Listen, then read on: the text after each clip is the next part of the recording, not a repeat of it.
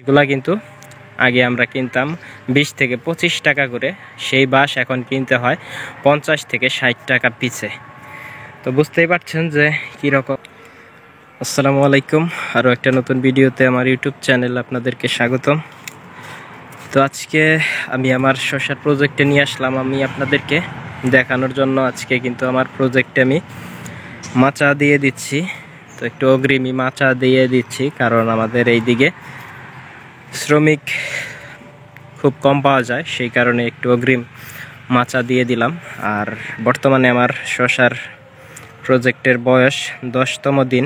আর এই 10তম দিনে এই যে দেখতে পাচ্ছেন গাছের বর্তমান চেহারা, প্রায় 3 পাতা বের হচ্ছে ভাব। এই যে দেখতে পাচ্ছেন গাছের যেগুলা গাছ আমার এখানে বেঁচে আছে ওইগুলা কিন্তু ভালোই আছে বর্তমানে। আর এখানে অনেক চারাই আমার মারা গেছে, আর অনেক চারা উঠে নাই বীজ থেকে। তো এখানে জার্মিনেশন করে দেওয়া হয়েছিল, প্রচণ্ড শীতের কারণেই কিন্তু এই সমস্যাটা হয়েছে।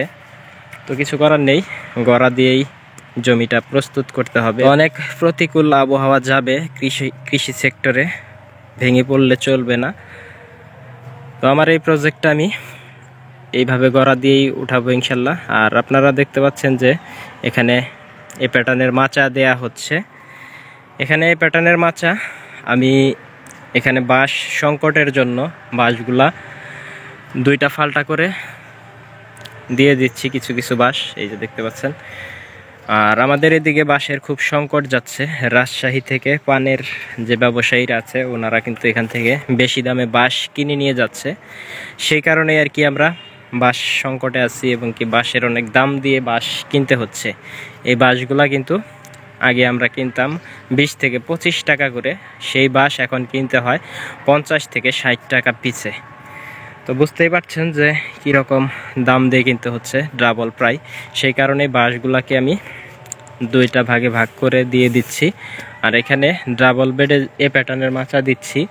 আপনারা দেখতে পাচ্ছেন এই খুঁটিগুলা কিন্তু কাটা হয়েছে 7 ফিট করে, আর প্রায় হাফ ফিটের মতো গর্ত করে গেঁথে দেওয়া হয়েছে 2 পাশে, যে বেডের 2 পাশে 2টা করে আড়াআড়িভাবে আবার বাঁধা হয়েছে।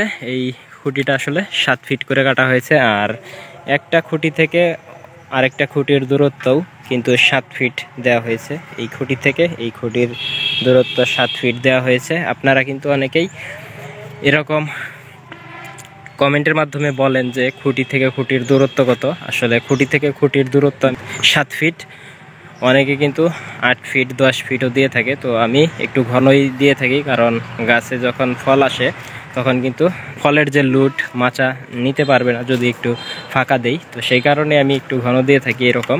তো আপনারা চাইলে আমার মতো করে দিতে পারেন। আর আমি কিন্তু চারা থেকে চারার দূরত্ব 22 ইঞ্চি করে দিয়েছি, যেহেতু আমি এই মালচিং পেপারটা গরমেও লাগাবো, সেই কারণেই এই